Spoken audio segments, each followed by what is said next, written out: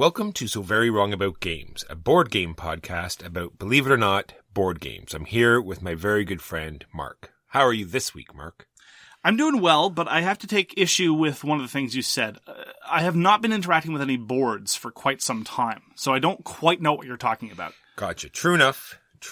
We'll talk about keyboards this week and how they relate to your monitor. That was a brilliant save. Well, I thank you. And on that topic, I am just bored of it. It can be over now. I'm done. I've had enough. This all being said, well, look, that's irresponsible talk. I was about to say, in lead up to that, any lightness we made is just to help us get over this trying time. So take it within stride, and we mean nothing by it. On that topic, I don't want to judge anyone. At least I try not to judge people. It doesn't come naturally to me. But I've been seeing some reports, naming no names, of even some prominent critics, writers that I respect and like, talking about, well, this might be the last week that I do in-person gaming for a while. It's like, why are you doing in-person gaming this late? That's crazy talk. Anyhow, be responsible, people. Or gaming nights. This week in gaming nights, we got together, or, at the convention this week. Anyway. Oh, yes. Heaven forfend. So, we are going to talk about the game we reviewed last year. Then the games we played this week, news and why it doesn't matter.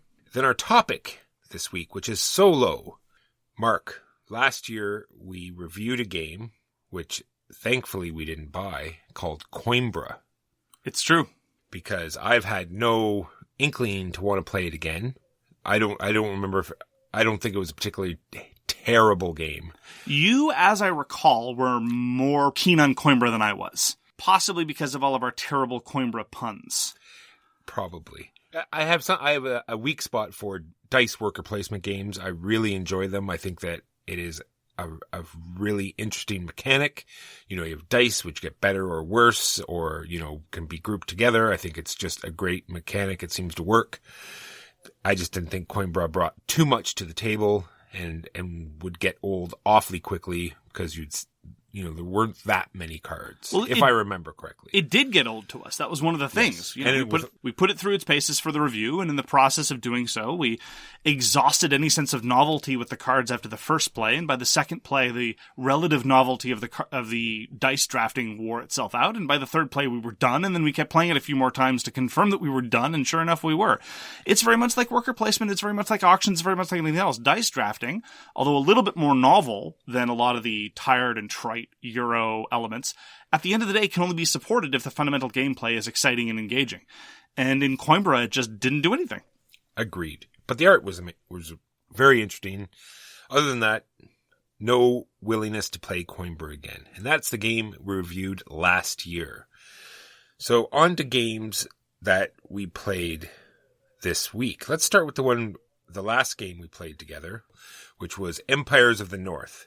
This is a game that I picked up because we both really enjoy all the other games that fathered it, i.e. 51st State and Imperial Settlers. And I continuously play this looking for where it was going with this, like what new things this brings to the table. Why did they feel that this was better than what they had already put out? And I need to play more of the decks, but I've yet to actually see. I really feel as though that this is a step back and not a step forward. I really like Euro games iterating on themselves and seeing slight developments on a system, especially when the fundamentals are there. And I thought Imperial Settlers was kind of cute. I think that 51st State was where it really hit its stride. And then Imperial Settlers, Empires of the North, which is a relative mouthful. These are Imperial empires, Walker. They're not just any old empires. And they're in the North. Apparently. And they're in the North. I felt I agree with you, it was a step back. One of the things that really makes the system interesting in terms of calibrating your tableau is the fact that you lose all your resources at the end of the round. And having done away with that, I was immediately skeptical. And then, sure enough, by the end of the game, we were both effectively running our entire tableaus every round. We had gone through the entirety of our decks, and this was just on top of the fact that there was no player interaction of substance. And in a system where you're going to go through all of your cards and then run all your cards every turn, then the only salient difference is in what order do the cards come out of your deck. And after playing it once, I might be willing to go and check out the other factions, but this is one of those cases where the asymmetry seems to narrow you. I saw what you were doing, and I saw what I was doing, and we were doing very different things, and that's partially novel, but it's very much like the people who criticize Root. Some people who play Root don't enjoy it, and they say, look, the asymmetry bottlenecks you, it forces you down a certain path, it sets blinders on you, and this is how you have to play. I don't get that sense with Root because you're interacting with all the other players, and that interactivity forces you out of whatever comfortable lane you want to drive in.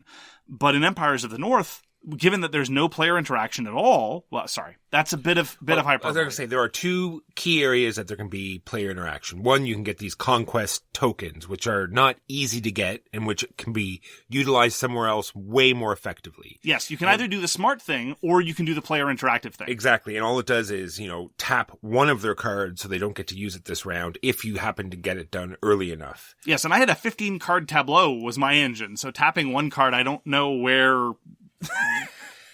The other place that there's player interaction is you get to raid these lands over on this board, and technically you might get there before other players, but you get to draw off the top of the deck if there's no cards, so you can't really, beat people there, but if there's a particular thing you need to get, then I guess you want to get there earlier than everybody else.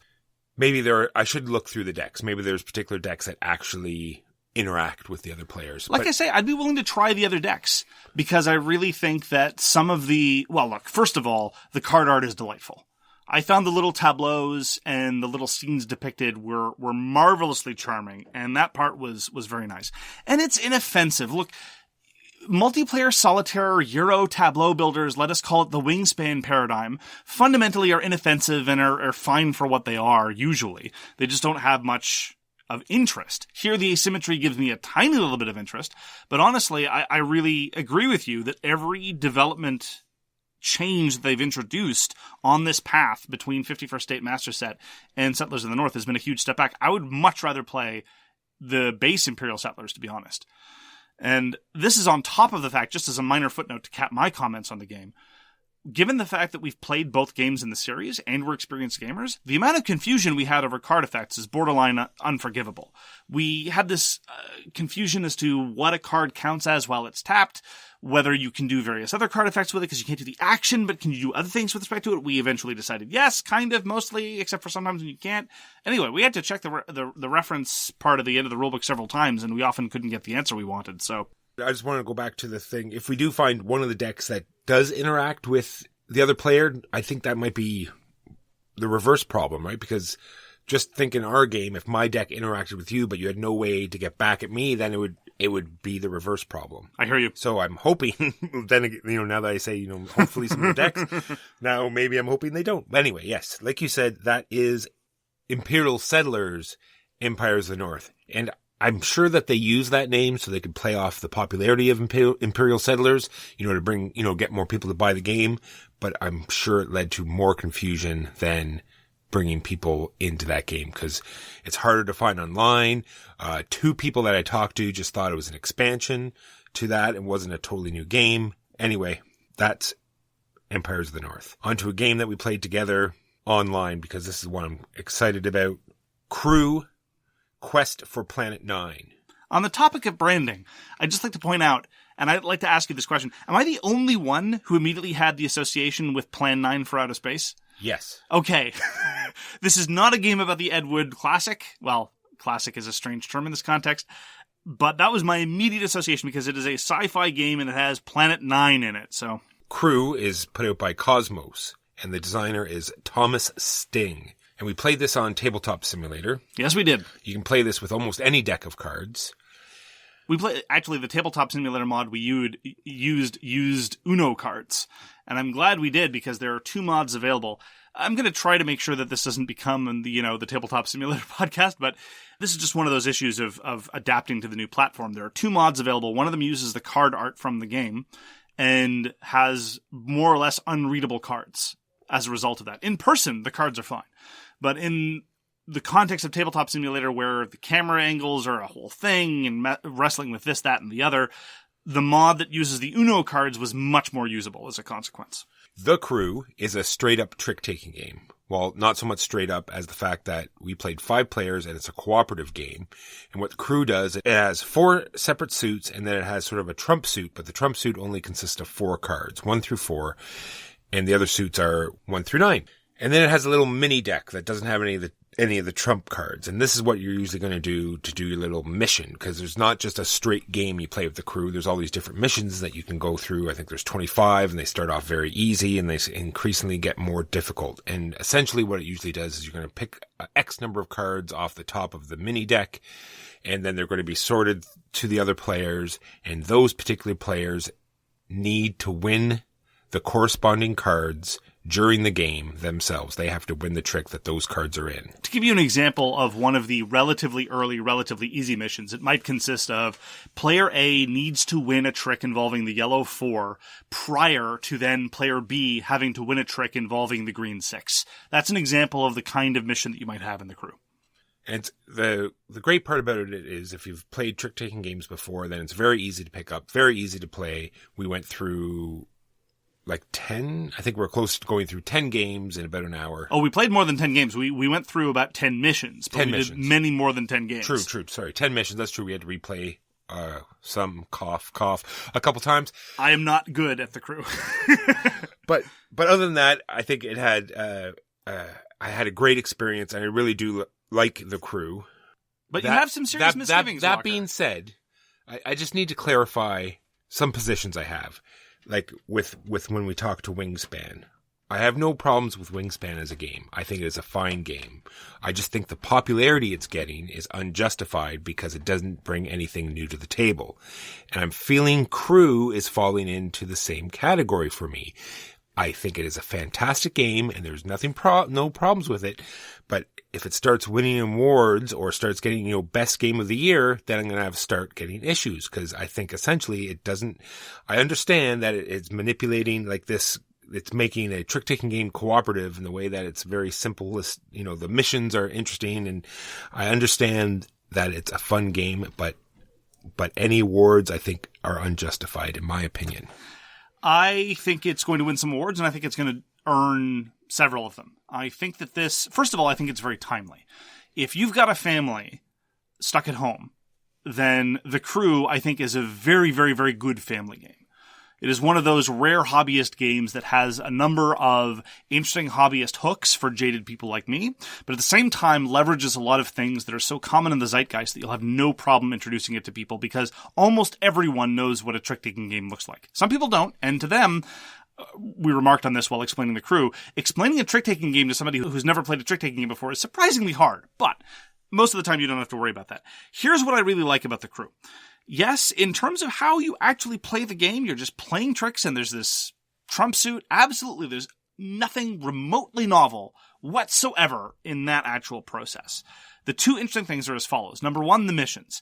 And the way the missions work, some of them are kind of cute, like the way that it leverages this notion of, well, this has to be done before this, and this has to be done at the same time as this other thing, or this has to be drafted first, or this mission has to be drafted last, whatever. All of those things lead to a certain degree of variety over playing the game. And so one of the common problems with a lot of trick-taking games, especially the Gamer League trick-taking games, is you end up spending like 90 minutes taking tricks, and it's just the same over and over and over again. It can get a little repetitive, but you have to do that to balance out the luck of the draw. Here, you have a game where it can last as little as 5 minutes, and if that's all you want to do, that's fine. You can move on. Or you can keep going, as we did, and we ended up playing for quite some time. So that's the first thing. The second thing, though, is that, like many great cooperative games, it leverages communication restrictions in a good way. Communication restrictions are often very, very difficult. Anybody who's played Hanabi and has not cheated at Hanabi knows that a restricted communication environment can lead to some very clever inferences. For example, let me just give you an example, Walker, and let's see if you can follow on the chain, because Walker has never played Hanabi before. I have played Hanabi a fair bit, but only with people who don't want to cheat, and therefore we haven't developed an elaborate meta, akin to bridge players. Let's say that I, in a mission of The Crew, have to win the green 6. And let's say, for the sake of argument, that none of the missions are yellow. In The Crew, I'm allowed to communicate by showing a single card from my hand and telling people whether this is the highest card in my hand, the lowest card in my hand, or the only card in my hand of that suit. All right? I have to win the green 6. I show the table that I've got a yellow 7. What does that mean to you, Walker? That you have a yellow 7. Yes, I have to win the green 6, and I've shown to the table that I have a yellow 7. It shows me that you have no green cards in your hand. Exactly. Right? It's little things like that. And that's just a basic entry-level thing. The moment you start getting into the more difficult missions, you have to start getting a little bit more clever about when to communicate and how. Because another thing about the crew is you can only communicate once over the course of the mission. And idiots like me will almost always do it right after the initial draw. But if you wait for the hands to develop, as some people go void, anyway, there's a fair amount of subtlety in what is an extremely accessible and novel approach to trick-taking. Cooperative trick-taking, so far as I know, is a universe in the hobby sphere that consists, I think, of 2 designs, Fox and the Forest Duet and the crew. So for you to say that it doesn't bring anything new to the table, and compare it explicitly to Wingspan, which is a Euro tableau builder after a decade of constant releases of Euro deck builders, I find very unusual. It was just giving me the same vibe, put it that way. Well, it's weird, because yes, trick-taking is going to be trick-taking regardless of how you do it, and usually actually the games that seek to sort of revolutionize how trick-taking works fundamentally often end up being very obtuse. But I really liked the dynamic of the communication restrictions and the co-op nature and the evolving mission set. I felt that it really gave a substantial variety to a classic format. Well, maybe if I play it more, I'll see. I know all of that is there, and I know all of that and more is there. But I just, like I said, I don't feel that there's enough there to be, a game of the year or anyway. Okay. Let's move on. All right. Because speaking of these games being accessible, like you could have your grandmother play the crew, much like my next game, which is I played Fox and the Forest Duet with my mother, who is 83 years old, and she picked it up with no problems because she plays bridge, and there wasn't a huge rules explanation. It was pretty well simple. It said, if you win the tricks, the token moves towards you. If I win tricks, it moves towards me. And she goes, well, how do I win? I said, well, you see, you don't win, either we win or we lose. And then, so that was a bit off-putting because, bridge players would not understand that. It is very competitive. And because your mother thrives on your humiliation and subjugation? It's true. At least, when she threw the cards in my face the second time when I didn't play properly, it made sense. But no, we're one gem away from winning. And like I said, when you and I played, I thought I'd go back to the rule books, and sure enough, 2 of the pages at the end, it's one of these fold-out rule books, and 2 of the pages at the end were stuck together. So I was missing out some of the key elements of the game. It is a little more difficult than I thought, and I'm enjoying it a lot more now that I've read all of the rules, which is, a little bit more helpful. I just hope that this game doesn't win any awards, because 2-player card games have been around for centuries. And I'm gonna get... Are you almost finished? Yes. And that is Fox and the Forest Duet. It is it's made by, this person has a very odd name, Mark. Yes. The person's name is Foxtrot Games. Maybe they changed their name because they really enjoy designing board games. Sure. And it's produced by Renegade Games. I played The Quiet Year. The Quiet Year is a game masterless narrative game. It's what's called a map drawing game. This is a game where you're not so much telling a story about an individual or even a group of individuals. You're telling a story more about a setting. This is a kind of category of game in which I think the forerunner is something called Microscope. Microscope is about building a universe. You sit down and you collectively tell a story about this universe. And I went into The Quiet Year with some degree of anticipation and some degree of trepidation. The anticipation was because The Quiet Year is one of the mainstays of the genre, and I very much like game masterless narrative role-playing. It's the only kind of role-playing that I want to do. The trepidation, however, was twofold. One of them was about how I would be expected to draw, which is something that I'm never good at doing, and how I would be expected to draw in the context of Tabletop Simulator, a medium which, as I've already expressed, I'm not particularly fluent in. And the second problem, or at least element of apprehension I had, was it is very much not the kind of story I like. The kind of story that these games tend to tell, namely The Quiet Year and Microscope, is about communities and settings. And I like stories about characters. I'm very much that element of more traditional tabletop role-playing games I'm still much more attached to. I like to have a character that I can sink my teeth into, either one that I'm playing or someone else is playing that I can play off of. And so my favorites of the genre are things like Durance and Fiasco, which are very much about characters, and one of the virtues of Durance is that you also get to tell the story about the community. The community is sort of an emergent feature of the stories of the particular characters you're telling. So you talk about the planet, you talk about the prison colony, but you also get to talk about these specific people. The Quiet Year is less about that. In the rules, actually, Avery Alder, she specifically says, don't get attached to characters. Not in the sense that they can die, but just this isn't what the story is supposed to be about. And so in point of fact, in this game of the Quiet Year, we're halfway through the game. We spent 2 hours going through half of the eponymous Quiet Year. We have not named a single individual. There's no name of anyone in this community that we're talking about. This is a post-apocalyptic story, kind of sort of post-apocalyptic. The details are left for you to draw.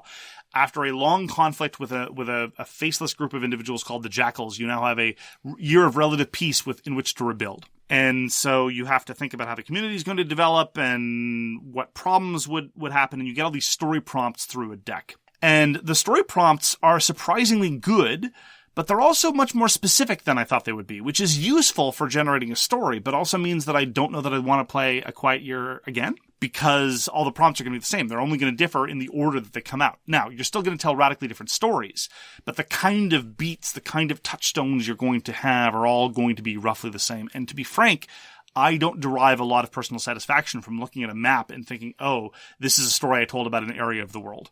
I want to look at a person or a group of people and think about their personal identities, their goals, their hopes, their struggles, their values even. So the Quiet Year is not pitched to my desires. Now, I will say that the gameplay is much smoother than I thought it was going to be, and this is often a hallmark of the game masterless narrative role-playing games. You wonder how the game is going to work at all, and they tend to work very, very well if they're well-designed, and this is a very well-designed game.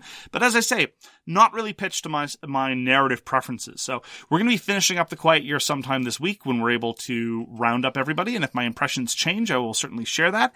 And for anybody that wants to try Game Masterless Narrative Role-Playing, it's a great tabletop simulator mod. Not that it has to be particularly good.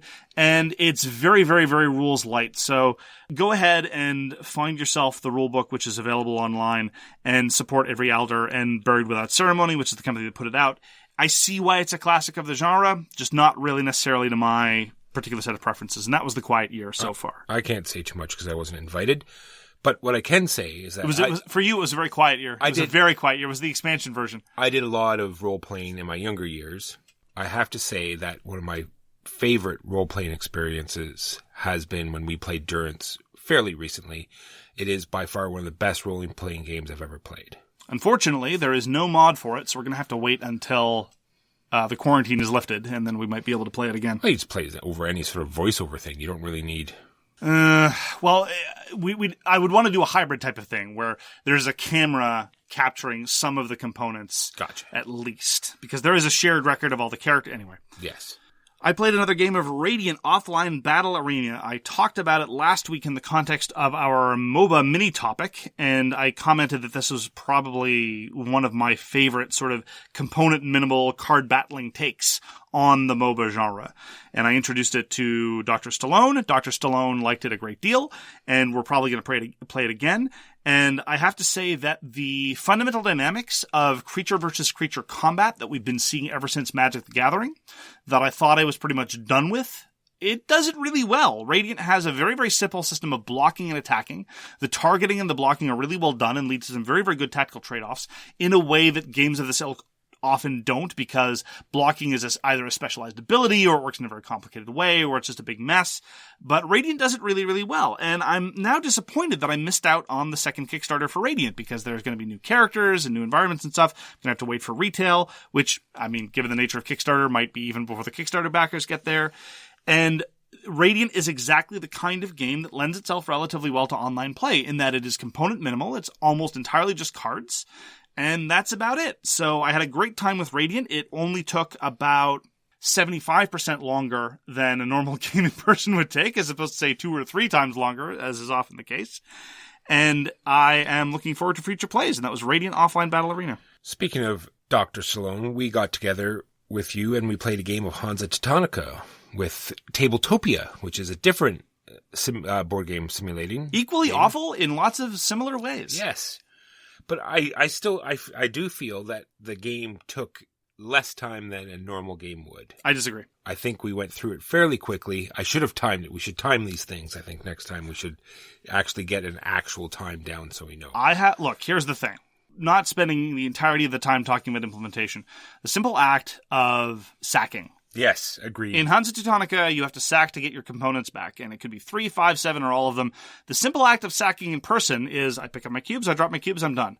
In these implementations, even when you're much faster than I, which is not difficult because I'm very slow at such things because my computer is, shall we say, the terrible, it just ends up being this painful thing. It's like, oh, I didn't click, now I'm moving the camera, which is another charming feature of Tabletopia. I've played more Tabletopia, actually, than I have Tabletop Simulator because I played a whole bunch of Warpgate and Trickshot with Artem Nichaparov of Wolf Designer because he uses Tabletopia as his medium of choice.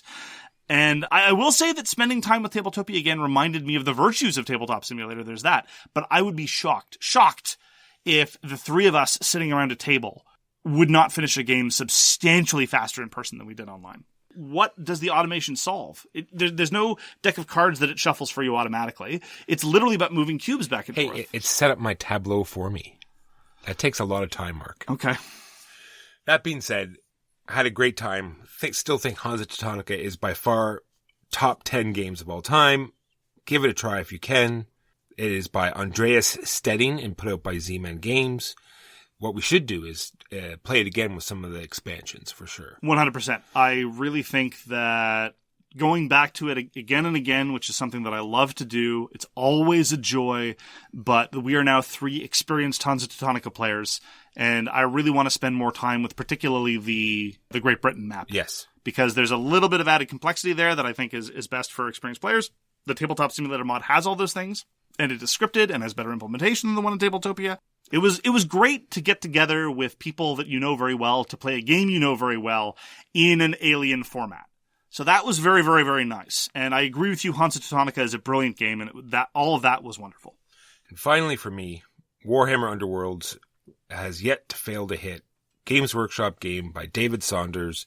It's a fantastic little skirmish game. There is a dedicated program on Steam, so you can play it. I've talked to multiple players and specifically asked them how they like the deck building, and they think it's a fantastic implementation.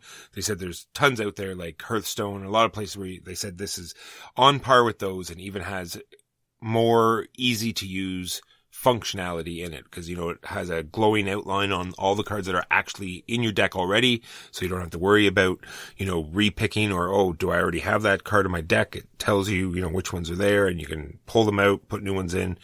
And in a game where it's much like, other Games Workshop products, right? Making your army list is almost part and parcel, a majority part of the game where part of Warhammer Underworld is just sitting down and creating this deck is also part of the game. Anyway, that being said, Warhammer Underworlds, give it a try. Fantastic game. Now that's an example of a computer implementation that can actually save you some time and make things easier because deck construction with physical decks is painful. Making minor modifications is easy, but deciding I want to try a radically different deck play style is very tedious, just pulling out all the cards, especially if you've got a good collection. You've been raving about this deck construction system for long enough that makes me think that I should pony up the money because it's reasonably expensive. It is, but they've already brought out, you know, new factions for free and a bunch of, you know, new cards, 2 injections of new cards already for free. So that sounds painful. We've yet to have to pay for anything. Well, other than the initial purchase, the initial purchase, which is non-trivial. And I don't want to. Before I go too far, the deck construction is fantastic. There are some parts of the gameplay that are sometimes a little painful, but other than that, I thought they did a great job. It's more just because there's a lot of quick back and forth. It's like, okay, you move. And then there's a power phase, you know, play cards, and then do you want to play a reaction? Exactly, no. Do I want to play a reaction? Reaction? No. It's that getting the person click to confirm. Click to confirm, or just click to pass. It's like, okay, you know, it's your turn to play a card, even though you're not going to play one. Yes. You still have to yes. click pass, and it's like kick the pass button. Yeah. Anyway, other than that, with all these implementations, it always seems like even when they're very good, it's 2 steps forward, 1 step back, or sometimes even 3 steps back. I remember when playing Sentinels of the Multiverse online with friends, there's this power that Santa Guise has. I love Santa Guise. He's probably my favorite instantiation of Guise. Guise is the stand-in for Deadpool, but he's not very easy to play. He's got very weird card effects. So don't sell him as the card version of Deadpool because then people want to play him and then they will find it frustrating. Wait until they've had a few games under their belt. But anyway, Santa Guise says, one version of his power is everyone puts the top card of their deck face down into their play area. And then later on, something else happens. But so the person we were playing with, one of the Louis, would trigger this power, and then the prompt would come up, who should do this first? Well, the answer is, now and always, it never matters who does it first. It just happens. There's no possible card effect in the universe of Sentinels of the Multiverse where it will matter who puts their card face down in their play area first. But every time it says, who should do this first? And every time it happened, he would not hit the prompt. Anyhow, sorry, I keep saying I'm going to stop complaining about digital implementation. So now we will talk about the final game that I played in person.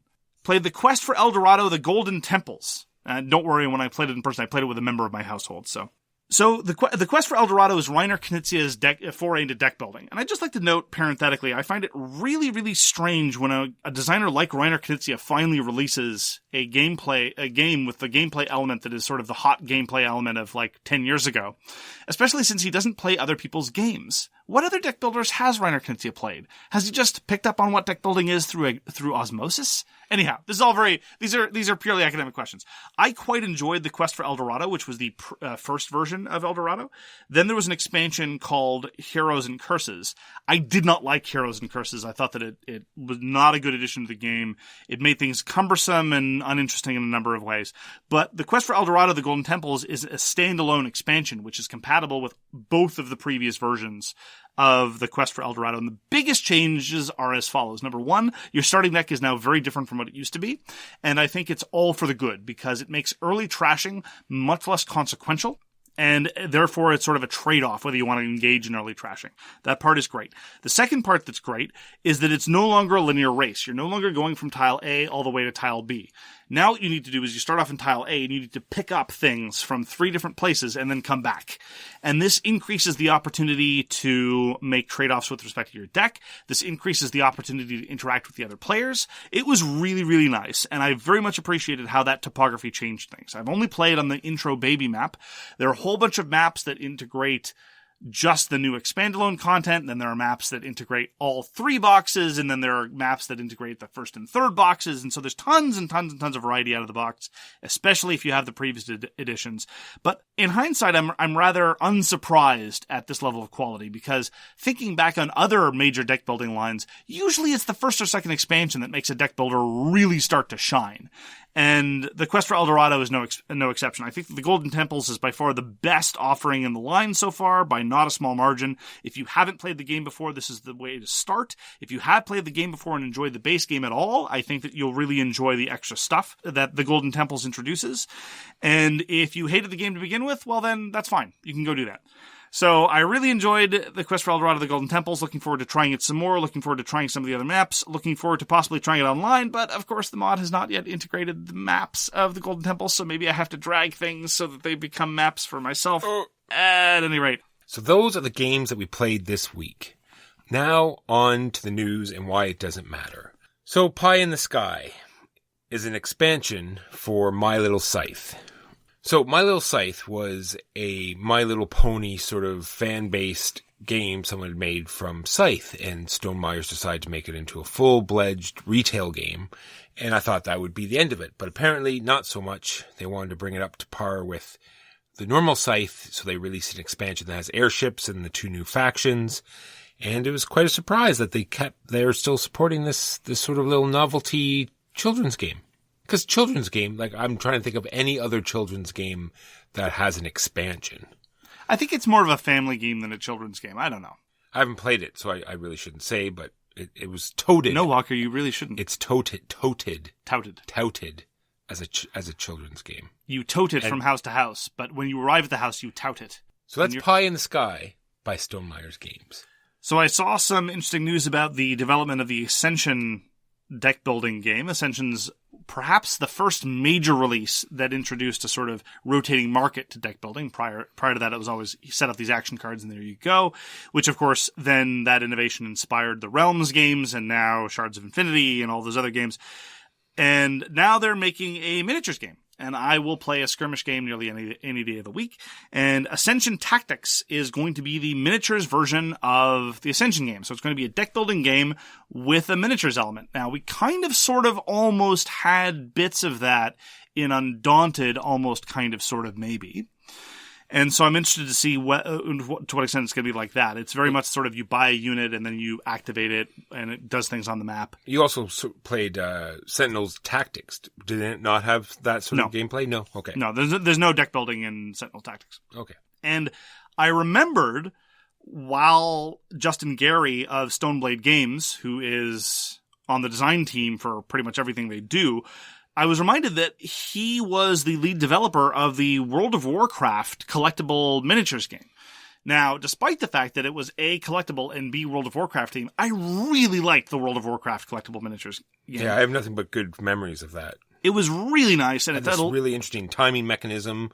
I think it's sort of like the Red Dawn sort of thing, like certain actions took a certain amount of time, and you went down the scale, and Anyway. And it was one of those very early versions where movement was A, super important, and B, super minimalistic, right? You would have a movement capability of 1 or 2, what I would call the claustrophobia school. And if you're able to get tactical positioning and something like that without any of the square counting nonsense, I'm definitely on board. And I was somewhat chagrined when it got canceled, but this is just some historical detail. It got canceled shortly before they introduced their first raid deck. And since we're going to be talking about solo games later, I think it bears for context. At the time, I was thinking, ooh, a solo fighty game? How on earth could you do that? Because the market had not really seen stuff like that before. And I was very, very keen. And I remember corresponding with Justin Gary shortly after he left the project, saying, how on earth did this work? What did it look like? And he said, I was super enthusiastic about it. It's a shame I can't show you because I've got NDAs and all these other things. But at the time, I just thought, how alien would that be? And now we're fortunately spoiled for choice. But anyway, that's a little bit of historical context. So I am looking forward to seeing what they do with Ascension. I like deck building. I like tactics games. And Justin Gary is a reliable designer, so I'm interested to see what they do with it. And I'm sure everyone is aware, Frosthaven is now on Kickstarter, is the next iteration of Gloomhaven, now in a new area of the world, I guess you could say. The game takes place. It seems a little bit like Kingdom Death Monster. You're sort of really taking care of this outpost, and you're building up fortifications, building the buildings up, and it seems like you're a lot more focused on creating this community than the other game where you're exploring the world. It says it's all back compatible with Gloomhaven. You can use all the old characters. I really haven't looked that closely into it, but it looks as though there's really not that many changes, just a different setting and everything else. And I'm just sort of wondering, Mark. Yes. What percentage would you say people that own Gloomhaven have consumed all the content of Gloomhaven? All the content? Yes. Probably 0.1%. 0.1%. That is almost off the top of my head, identical to the number that I got. So those people who already own Gloomhaven have only consumed 0.1% of that content. No, sir. That is not what I said. You asked what percentage of people have consumed 100%, and I said 0.1%. No, not 100%. I said how much all the people that have owned. What is the average rate of completion of? Yes. Oh, I don't know. I don't know about average rate of completion, but I'd say that from our box we consumed about 75% of it. Of the missions? Yeah. Like all the downloadable stuff and not solo the downloadable stuff. The stuff in the box. What I'm getting at is that there's so much. I just don't. Why do you have to bring up numbers, Walker? We're very bad with numbers. I know we're bad with numbers, but I'm just trying to put some context on what I'm trying to say. Is the fact that there's so much out there, and I feel as though they didn't change very much. I'm wondering what is the purpose of this Frosthaven. Have you looked? Well, the purpose is to make $5 million on Kickstarter. Thank you. And there's nothing wrong with that. Have you looked at any of the new classes? Yeah, no, I'm sure they are very good. I have seen some of the new classes. I talked last week about the community campaign and about how they've released some of the new class information from both Frosthaven and from the new intro set that they're going to be releasing later this year. And I will always be keen on trying new classes. Give me a new class to try, and I'm there. I don't want to make sure I'm not coming off the wrong way. This is going to be fantastic. There's nothing wrong with this. What's your point? Because I wish they changed more. I'm just saying there's so much Gloomhaven already out there. I'm just surprised that there's yet another whole new world. That's fair. To go into. There's a character in there that sort of like separates into two. It looks very interesting. Can't wait to try it out. I think what it gets down to, Mark, is I'm trying to justify in my own head why I should buy this game. people very often, especially those who are more prone to hype than we are, and we're not immune from this, talk about, insta-back or shut up and take my money. I think this is the only time I've ever backed a Kickstarter without looking at any of the campaign page, and I've not checked out anything, and I don't have to. Part of this is because I did look at the extra classes that were released earlier, but part of this is also just I know the value for money proposition that Gloomhaven delivers, and Frosthaven looks to be doing the same. Now, this is not to say that there isn't new information that could change my mind, but all the information that I know going in make me very confident in my purchase. Yeah, true enough. On the topic of Kickstarter campaigns that are going to lose their mind, Ankh Gods of Egypt from Cool Mini or Not is going to be hitting Kickstarter in about a week from now. And I have to say, I am pretty keen on Egyptian mythology, and they seem to be trying to do a slightly more tighter job of integrating the broad thematic overtones of these deities' presence into the game. I'm a sucker for the story of Osiris. I'm surprised they're actually involving Amun in the game, because we don't really know a whole lot about Amun. So, and they acknowledge this in some of the developers' notes. Amun-Ra we know a whole lot about. That's the Voltron version where Amun and Ra did a special high five, and then they merged together. And seriously, that's literally what happened. There was it's a great thing about Egyptian mythology. Two gods can join together in a Voltron kind of way to defeat some powerful thing, and then sometimes they split off afterwards, and sometimes they stay connected, and sometimes you have the three different cults: God A, God B, and then God AB. It's great. It's wonderful. Egyptian mythology is rad. You should really read up on it. But anyway, I am keen to see what Eric Lang will do. Rising Sun was a very big disappointment to me, but I am still willing to pony up for anything that involves solid resale value, if nothing else. So look for Ankh Gods of Egypt later on this month. So now on to Kickstarter news that actually matters. Mark. That's not really our brand. In 1988, there was a fantastic movie starring Roddy Piper called They Live. It is a science fiction, what they call masterpiece. It is a fantastic movie. Also starring Goliath. Yes. And there's going to be a board game based on this movie. And it looks actually semi-interesting, even though the company that's putting it out has put out nothing else before. But still, check it out. I'm going to read over the rules just to see. It looks like it comes with special sunglasses, Mark, just like the movie, and you put them on. In this day and age, that's a nightmarish concept that you pass around the same pair of sunglasses to wear. But that comes with your own disease vector. Touch your face. This being said, you'll look at cards and either it'll change the picture so you'll be able to see who's an alien, who's not an alien. That's a legit gimmick. That ties exactly, right? It ties right into the movie, and it's interesting, and I'm looking forward to seeing how it plays out. Quick shout out to an underloved game of about 10 years ago. There was another game that came with sunglasses called Junta Vive el Presidente, and this was the dice game version of Junta. And whoever the president was, this was a rotating position, got to wear the sunglasses that came in the box. Nice. And that's all the news and why it doesn't matter. Now, on to our topic, which is Solo. So, Han Solo was born approximately in 29 BBY on the planet Corellia. 19 years later, he meets Chewbacca. No? You said we're doing Solo. Is that not what you meant? No. Uh-oh. You want to do a solo podcast? Oh. I will walk out this blanket for it right now, sir. All right. So apparently I got this wrong. What are we talking about then? Solo gaming. Oh, solo gaming. Yes. Oh. I would say that our listeners will notice a reduction in quality from your normal presentation, but since you don't really prepare anything anyway, this won't really throw you off. This is probably true. Let me just type in Solo and I'll just read off whatever comes up on the screen like I usually do. 1 second here. Okay, I'm ready. I would figure for a man who gives me such grief for the 5 seconds of Macross that I occasionally involve would not subject me to details about Han Solo's birth and the various fictitious dates at which he met various fictitious people. I'm so sorry. No, you're not. I'm really not. So solo gaming is a very timely topic because this is something that I've seen a lot of people talk about trying that they've never tried before. I've been solo gaming for years. Walker has been talking about his various solo gaming experiences over the past few months, even before we started entering isolation. And so we thought it would be good to talk about the ways we approach solo gaming, some different ways that solo games involve their solo version, if they indeed have multiplayer versions normally. And I'd like to spend a little bit of time talking up front about sort of my perspective on it and how to do it properly, because I find personally, and I know that a number of the people feel this way, that solo gaming done poorly can be a frustrating experience. And for me, it's about knowing what to bite off and knowing what it is that you're actually able to chew. So for me, it helps if the component setup is minimal, if at all possible. Because as I've said many, many times, many hands make for light work.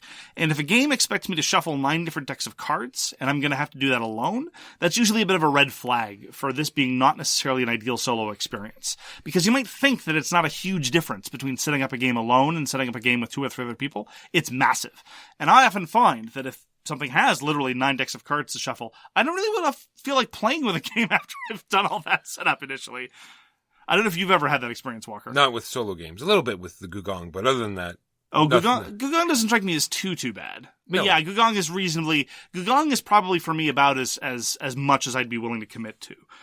The other thing, which is a corollary to this, is you have to be willing to walk away.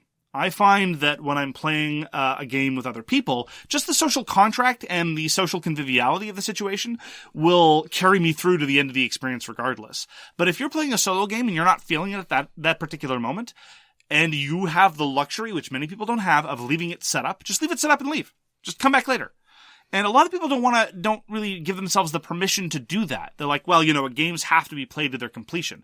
That's a great way to make sure you're miserable and that you get a bad taste in your mouth associated with the game. If you're not feeling it, stop, come back later. Or tear down if you have to, but just, you don't owe anyone anything. That's right. It's just you. Yeah. And finally, the last thing I'd just like to note, and this is just going to color some of a lot of the things I'm going to talk about in terms of the design elements, and I don't know if you feel the same way, Walker. When I play a multiplayer game solo, I want it to feel like the same game. Agreed. Because I've played a lot of solo versions, and I'm going to talk about some of them later, that feel very, very, very different, and that's not what I'm looking for. I recognize that some people might prefer that kind of environment, where it's like, ooh, this is just an interesting variation on the same thing. But to me, it's not an interesting variation. It's just like a pale copy. And when I want to play a game solo, I want to play that game solo, not some weird version of it. True, but in some cases, it's just not possible. And they just sort of try to incorporate what they can in that same sort of universe and give you some sort of a little bit of taste of what... I can respect that, and I'm not saying what you alluded to a couple months ago.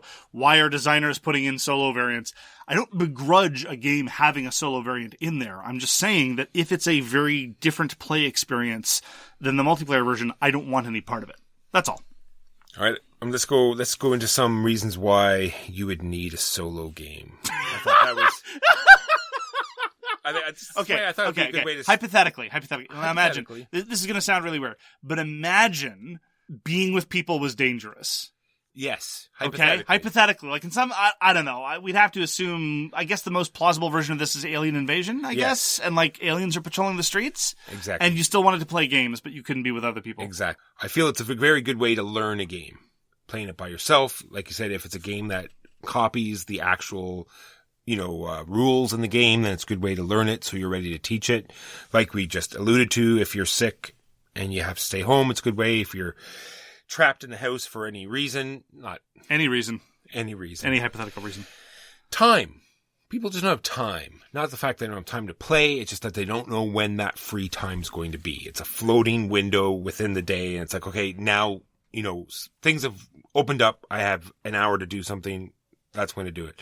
If you're a new parent or just a parent in general, sometimes your time is very constrained and, suddenly there's nap time or they're off at hockey or, like I said, same sort of thing, window opens up. If you just don't have the space in your home to play normal conventional board games, a lot of these solo games take up a lot less table space. So it's a lot easier to play these solo games like straight solo games than it is these larger games. Or maybe the current dislike of your group, stops you from playing certain games. And so, you buy them on yourself, you can play them by yourself and not have to force them to play it. I'd completely forgotten about this idea of, the disconnect of your group's preferences. You're absolutely right. Being able to still enjoy a game even though no one else in your region or no one else likes it is definitely one of the benefits of solo gaming. And I'm not going to scroll through like these 4 pages of Han Solo biography that I had, ready. There's, the song that I wrote for him. This is I never should have showed you Wikipedia. Listeners, I should have known that when he asked about Wikipedia and asked about Control-C and Control-V, I knew that something was up. All right. On to types of solo games, I think. So we've already talked about there are normal games that have a solo variant. And sometimes they can be exact copies of the game where they've made a way to play solo, or there could be, like I said, either a mini game that sort of tries to emulate part of the game or whatever, put it in the same world. And then there's straight up games that are designed to play by yourself, like Onirim or Captain Nemo. Yep. And so in terms of the solo, designed for solo games, I actually played my first Oniverse game this week. I played Sylveon for the first time. It's this delightful little tower defense game that's solo. Does that have dice? I've just heard recently that there's the two most recent ones have dice, and they seem to be the most interesting. No, Sylveon doesn't have any dice. Gotcha. It's cards only. But, well, I mean, in terms of dice games, there are lots of really good solo dice games. There's Proving Grounds by Kane Klenko, which was kind of cute. My favorite is probably One Deck Dungeon. One Deck Dungeon is a fabulous solo game, and like you said, it's small footprint, so you don't need a full gaming table, and it's very, very flexible in terms of how much time you want to put into it, and so it's a great sort of pick up and play, low investment sort of thing. And then there are the solo games, and this is primarily more in the wargame market, because I'll just put a minor note about wargamers and solo gaming. Wargamers have been accustomed for solo gaming for a very, very, very long time. And the way that a lot of wargamers solo game is, I can't do it this way. I'm not this kind of wargamer. They'll just play anything just two-handed. They'll play any game solo, even if it's got hidden information. Now, they prefer the ones without hidden information. The old style hex and counter war games, they'll just play one side against the other and call that solo gaming. I've done that a couple times over the course of my life, but I never really found it particularly satisfying. On the other hand, I know lots of other people who can play that way any game. I know some people who can play blind bidding games solo, and they find it valuable in that sense, just to understand how the game works, and they get some value out of that. In terms of solo war games, though, I'll just give a quick plug to Dave Verson Games, who put out primarily solo games and a lot of really good ones. I quite like Thunderbolt Apache Leader, but with Thunderbolt Apache Leader, I really have to remember the walk away when you're getting tired of it kind of thing, because it can drag if you don't step aside when you're not really enjoying it. And Warfighter, which is just, it's weird. It was designed as a solo game. And you can play it multiplayer, and I even really like it multiplayer, to be honest, but to my mind, it's still primarily a solo game. Which is funny, because I have a story. When I first got Axis and Allies 1914, oh my lord.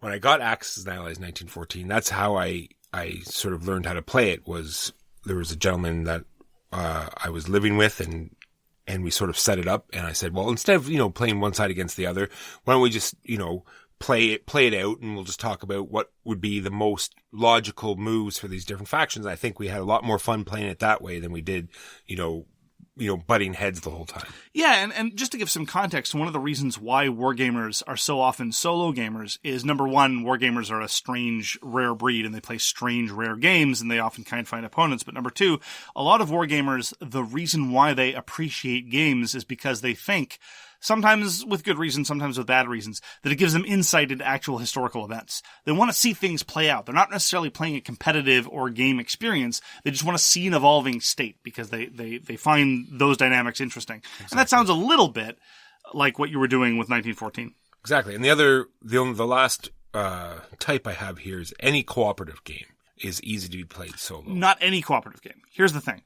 Co-op games that are very, very easy to play solo. We have, I commented before in the context of how World of Warcraft minis game was almost the first to the scene in terms of sort of a co-op fighty type thing.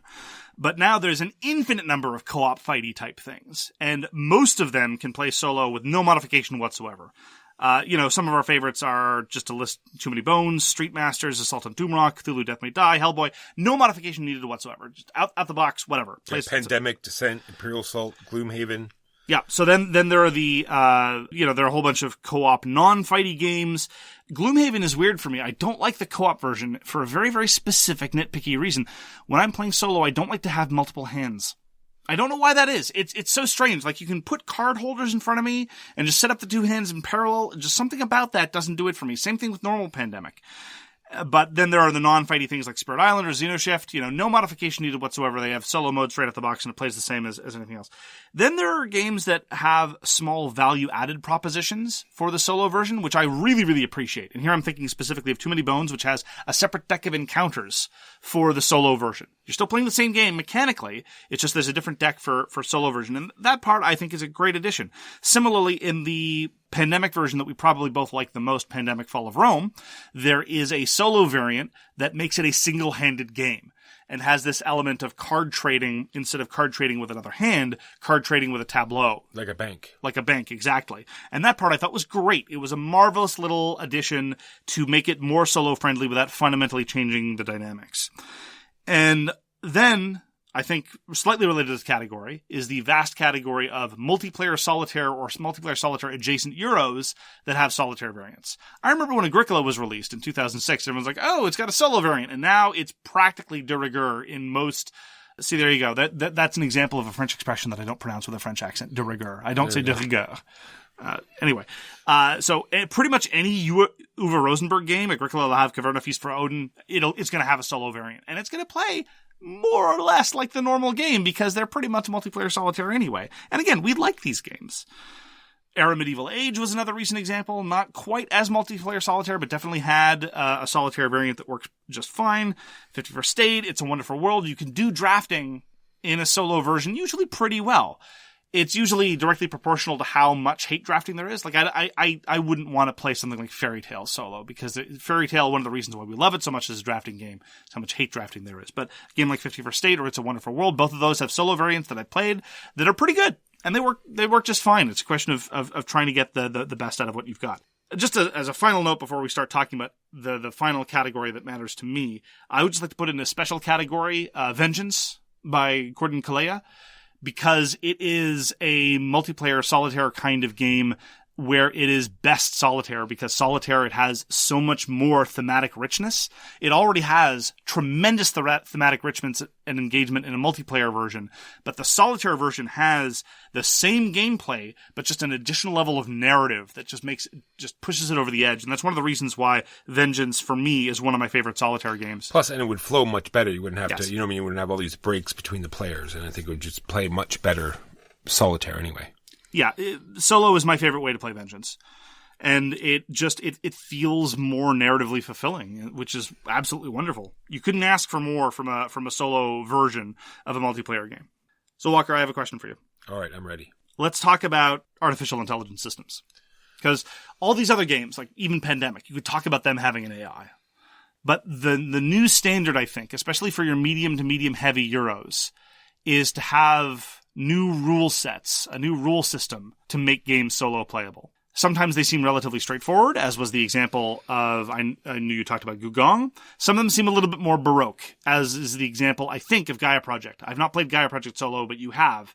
My impression is that it is a more sophisticated, or at least more convoluted, artificial intelligence system. Is that correct? I would say so, yes. What are your thoughts on these systems? I don't mind them. They go under this name of automata, and or whatever you want to call it. And it's usually a deck of cards, and what it seems to be doing is playing off what you're doing. So it'll say, well, if you did action B, then use this column, and so it'll try to hinder it'll try to sort of match what you're doing, sort of like slow you down, or make sure it's doing something else so it's not block type thing. So I think that's semi-clever. It sort of feeds into my last point I was going to talk about, where it's sort of like solitaire, like Pandemic sort of feeling that sometimes your fate is already set. It's the same problem we run into in solo games, is that the deck has already been shuffled. You've already lost or won the game based on how that deck already is. So for some people that just throws them off, off the bat, and sometimes it works out just fine. Do you know who I blame? Who do you blame, Mark? I blame Volko Runke. That bastard. Whoa. Slow down. I hear he's a lovely human being. Okay. Never met him. He released a game called Labyrinth. And Labyrinth was, I think, for me, the tipping point when solo systems started to become more and more baroque. Now, Volko Runke's games have always been somewhat baroque. Like his pre-Labyrinth games, I'm thinking specifically of Wilderness War, and certainly his subsequent productions, the Coin games. He loves nested subsystems, and he loves nested conditionals. He's a huge fan. He would love reading a lot of those paragraphs, I think, in Tainted Grail Fall of Avalon. If you have box 3 of this category, but not box 7 of this other category, proceed to this paragraph. He'd probably love that. But the Labyrinth AI system, all the Coin games subsystems, I hate. I just Hate, hate, hate. I have no enthusiasm for them whatsoever. And to a certain extent, this is also true of the solo work of David Turczi. I love David Turczi's design work as a game designer, but whenever I see that a game has a solo version designed by David Turczi, I know I don't want to play it. A couple of weeks ago, I sat down to play Blitzkrieg. Blitzkrieg has a solo version designed by David Turczi, and it actually has additional components in the box to run the solo system, but we're talking about very minimally. We're talking about a small number of chits and a D6, and that's it. And what it did was it took a 20-minute, very tense, very fast-moving and engaging head-to-head game and turned it into an endless search for target priorities. It's like, well, the AI will place here unless there's this other condition, in which case it'll place here, in which case it'll place according to this 9-factor criteria list. It will go to this region, if there's a region like that. Oh, there's no region like that? Okay, it'll go to this kind of region. Oh, okay, well, amongst those. And I was able to do it, but as I say, it made the game last at least twice as long, possibly 3 times as long, and it completely sapped any enjoyment I had for the fundamental system. And again, it didn't feel like I was playing Blitzkrieg. It felt like I was doing a spreadsheet. And this is how I feel about all of these Automa once they start talking about things like target priorities. So, for example, in the case of Gaia Project, let me ask you a question. So let's say that the AI in this column system spits out that they want to build a trading post or something. How do you determine where they build? It pretty well is the most logical spot when you break it down. Sure, but pre-breaking it down. Say you're actually following the rules. I have to go get the book and go through the 4-page summary of counting planets and how far away it is from other planets But it is pretty well glance at it. It makes sense that it would go there, and if you go through all the steps that they say, it maybe this 4-page summary of where to place the settlement is for people who are playing the solo right out of the box. So you don't quite understand how the mechanics are working, so it's trying to explain to you why the settlement would go there. Whereas if you played as much as I have, it's like, well, obviously they would put it there. You follow a little path that they did. It all makes sense. That's where it would go. I envy you, right? Because I think that's the best way to play a game like that. And I'm not capable of doing it. Because that's starting to go down the path of that kind of, and I don't mean this in a pejorative sense, the sort of split mind thing where it's like, okay, I'm playing against myself now, right? And that is absolutely the healthiest and best way to play. And if I were willing to do that, I would have probably found the Blitzkrieg solo mode great. It's like, oh, well, obviously they'd play there. But no, I was like, there are rules for how this thing is supposed to behave. I'm going to follow the rules. Which, to the point of making the game unfun for you, is unreasonable. Agreed. But that's just what I feel trapped in. And I feel the same way for a lot of other games I really love, like Cerebria or Barrage, 2 of my favorite medium to medium-heavy Euros of the past few years. They both have solo systems. A lot of work went into them, and I've read the rules, and then I put the rules away. And done. How about the Root? They came out with an AI system. Did you have a chance to read through that? I have played against the mechanical marquees, and it was borderline. It was okay. It definitely wasn't as bad as those things, but it definitely wasn't my preferred way to play. Now, the new versions, where they have more factions and they've revised the original mechanical marquees, that I haven't messed with, and I'd be interested to take a look. I don't know. I almost feel as though Root is essentially, playing against other people. I don't know. Yes. I think that's anyway. So there are, however, AI systems that I have enjoyed. And I just want to flag those so I don't sound like I'm complaining about all of them. So there's the system for PAX Premier 2nd Edition called the Wakan. I think it's borderline. Sometimes I feel like I'm going down that list in Blitzkrieg and I feel like I'm just gaming a system. My primary problem with the Wakan in PAX Premier 2nd Edition is it feels very different from the normal game. It doesn't feel like the same kind of competition in factions and the same switching allegiances in the same way that the normal game does. There are, however, some AI systems that involve their own components and their own special rules that I think actually work. Warp Gate by Artem Nichaporov, the solo system there is pretty good. I find it pretty enjoyable. The solo system for Mezzo, I talked about that last week, works pretty well. You do your action on your card, and then it does its action on the corresponding thing. You don't have to worry about targeting priorities, because the way Mezzo works is it's such a tactical game. There's almost no strategic horizon to it whatsoever. You're always just fighting region by region. So if a card tells you to do something, you don't ask, well, what region is it? It's in the region you're doing now. That's all there is to it. So that part's great. And finally, I just want to stress, in terms of games we played recently, I was shocked at how good the solo system was for Elo Darkness. The solo system for Elo Darkness has its own deck of cards and it has its own AI system, but it works shockingly well. It's marvelously simple. It feels like the actual game. It actually feels like the kind of situation where, well, how much do I want to commit? Do I want to pull out? Do I think I can win this fight? What are the odds?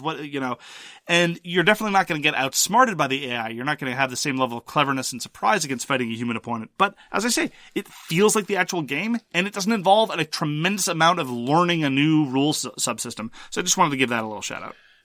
My list of solo games I've played is very short, and I've not had a negative experience yet. So I'm lucky. I played Onirim, Gaia Project, Gugong, and Clinic. And today I read through the solo rules of Scythe. I was going to give it a quick try today, but it was one of these things where it really didn't feel as though it was bringing anything interesting. It was yet just more mechanical stuff to move through. Yes. And I'm wondering if we're going to touch upon the fact that if it has a full app implementation where there's AI bots, why would you play the solo game? Like I'm looking at this, okay, why would I set all this up when I could go to my computer and just have to worry about myself and have, like at one point I was like, okay, maybe instead of setting this all up on the table, I'll just go and play a hot seat and play with the deck of cards there. And it's like, well, why wouldn't I just, automate the bot and play an actual game of Scythe? I hear you. Scythe as well, I think, deserves a fair amount of the blame for popularizing these Automa systems where there's a new entire rules subsystem and flowchart throughput of determining where it's going to do various things. I have played the Automa system once in Scythe, and I thought it was clever but pointless. Yeah, which is how I feel about a lot of these things, honestly. Like, I look at the kind of constructs that the Automa Factory and David Trzewiczek puts out for solo games. It's like, this is a very interesting work of design that you've put out here that should probably never be played. Some people really love it, and I'm very, very glad that they do, but that is not how I like to solo game. Just to go back, because I just have this little subcategory here that I didn't go through. When I was talking about playing cooperative games solo, games like Imperial Assault, Gloomhaven, and Descent, there's some problems here. It does fixes. How everyone in these adventure type games, everyone wants to be the hero. Everyone wants to get the last hit in on the big boss. Everyone wants to use their abilities the fullest. And when you're playing solo, that's not a problem because they're all your characters. It's true. And this is directly proportional to how good or bad the rule system is at letting everyone do something. Like, I'm thinking in particular, one of the reasons why I have serious problems with a lot of the Zombicide games is it just seems inevitable that some number of characters are not going to get good equipment and not going to be able to get to do anything interesting. That's the other thing I have here. Choices, whenever the group has to make a choice, either go down that hallway or pick, save this person, don't save this person. When you're by yourself, that's not a problem.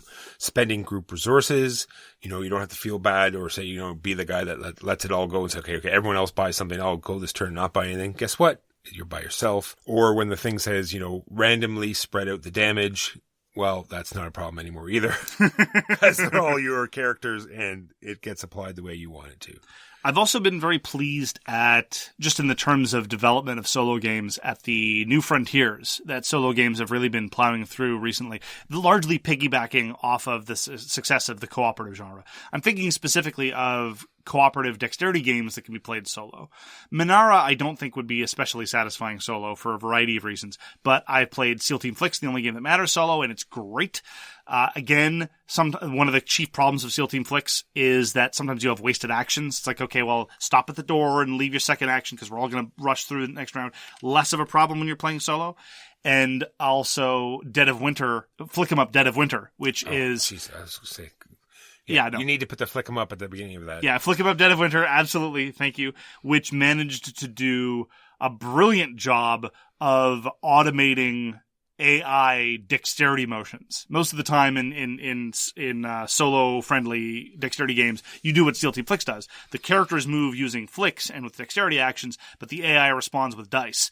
In Flick 'em Up Dead of Winter, the zombies literally tumble out of a tower, and that is their movement. It's marvelous. I do not spend enough time playing that game, largely because I don't really have a good table for it anymore. I should just set it up on a floor someday and just take over a room. The world's falling apart and I'm in quarantine. I'm going to take over a room. Actually, since we have all this time, that's what we should do. We should design a solitaire version of HeroScape, Mark. That sounds great. All right, I have listed some games that I really want to try. Sakatumi Walker. There's a whole range of, remember as a child, choose your own adventure books. I know just lately there's 2, brand name choose your own adventure board games that came out, but there is a whole adult section of choose your own adventure books out there.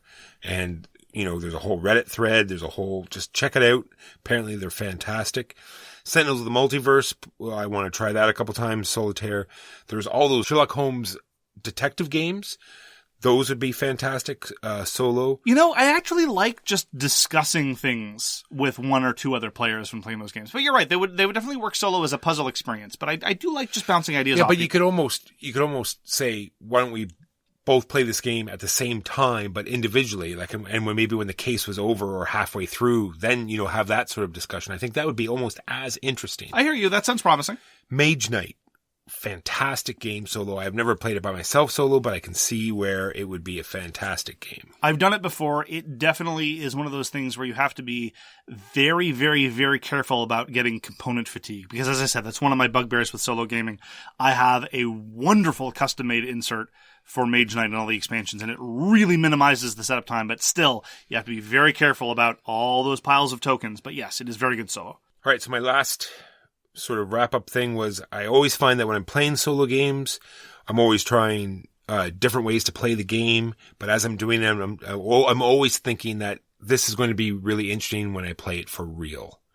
You know what I mean? I always feel that this is a subpar experience, that when I play it with friends or together as an actual full game, then that's when I'm getting what the game really is supposed to be bringing to the table. I don't tend to feel that way, and mostly what I tend to do is I try to play those solo games that really give you some specific added virtue when played solo.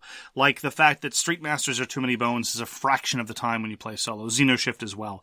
Or something like Thunderbolt Apache Leader, or something like Vengeance, which has that additional level of narrative when played solo. I will play lots of other solo games, and I have, and I've talked about a bunch.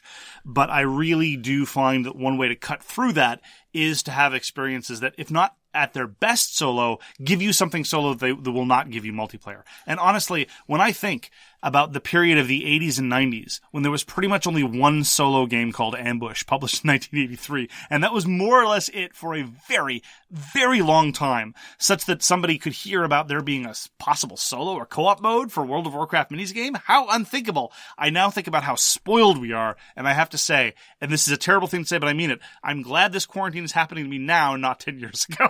This is also true. I'm wondering, with more and more of these board game apps coming out, I'm wondering if there will be a pullback from these solo variants coming out in board games because they're being implemented in this digital fashion already. I hear you, especially when I see the more complicated ones. When I see the ones with Automa, when I see those incredibly complicated flowcharts, I have the sensation that many people have more often than I do, which is, why aren't you doing this on a computer? I almost never have that for board games, but for a lot of solo modes, I do. Well, that's going to do it for this week. Thank you very much for joining us for So Very Wrong About Games. If you'd like to get in touch with us, you can reach Walker via his email, JustRolledADice. You can reach me, Mark Beatty, on Twitter @TheGamesYouLike. And I'd just like to say, if you're feeling lonely and you're feeling isolated, I don't mean to be too sentimental or schmaltzy. Reach out. We might be able to talk about what it is to be a gamer alone. This is a hard time. Don't remain alone, even though you have to remain alone, if you catch my subtle distinction. Yeah, I'm playing with players on League of Legends. We're doing Tabletopia and Tabletop Simulator and all sorts of stuff like that. For more public discussion, you can find the So Very Wrong About Games Facebook page, or you can check out our Board Game Geek Guild, which is guild number 3236, and you can find us on Patreon. We read everything you send us, and we'll get back to you if we can. Thanks again for tuning in, and we hope to see you again soon. And if you make me lose in League, get good. You've been listening to So Very Wrong About Games, produced by Michael Walker and edited by Mark Bickney. Special thanks goes to What Does It Eat for generously allowing us to use their most excellent song, FOS, as our theme. You can find them at whatdoesiteat.com. You can reach us by email at soverywrongaboutgames@gmail.com or on Twitter @SoWrongGames. Thanks very much, see you next time, and always, try to be right, but remember you are so very wrong.